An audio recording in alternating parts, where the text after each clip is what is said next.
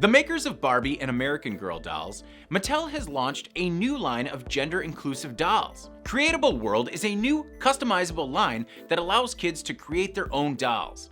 The line consists of 6 different kits available in various skin tones.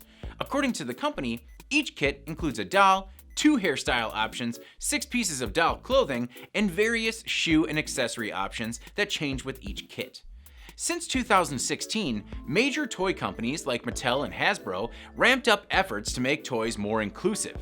It was small businesses that started breaking down the barriers before the larger corporations stepped in. The interest in inclusivity included everything from Barbie dolls with a larger variety of body types, skin tones, and facial features, to American Girl dolls with diabetes kits and Lego minifigs of boys who use wheelchairs. For Creatable World, Mattel reportedly worked with a team of experts, parents, physicians, and kids to develop the new line. Through their research, they found that kids didn't want their toys dictated by gender norms.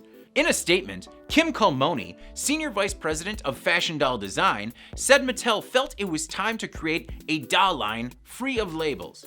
She hopes that Creatable World kits will encourage people to think more broadly about how all kids can benefit from doll play.